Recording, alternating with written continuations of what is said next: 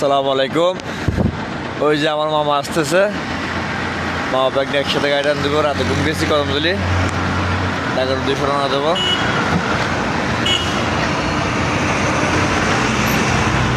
রওনা দিলাম। মামা কি পাংখা টান দিল, আমি মামার পিছনে পিছনে ছুটলাম। সবাই দোয়া করবেন ইনশাল্লাহ। বাড়ি যাবো, তেল নিব, খাওয়া দাওয়া করবো, আবার এক টান দিব।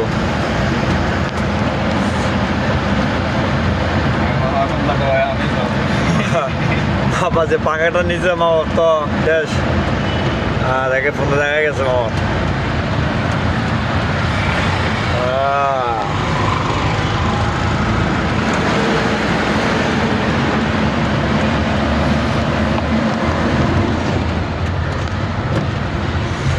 তো রাখি, আসসালামু আলাইকুম। সবাই ভালো থাকবেন ইনশাল্লাহ, সুস্থ থাকবেন, দোয়া করবেন আমাদের জন্য।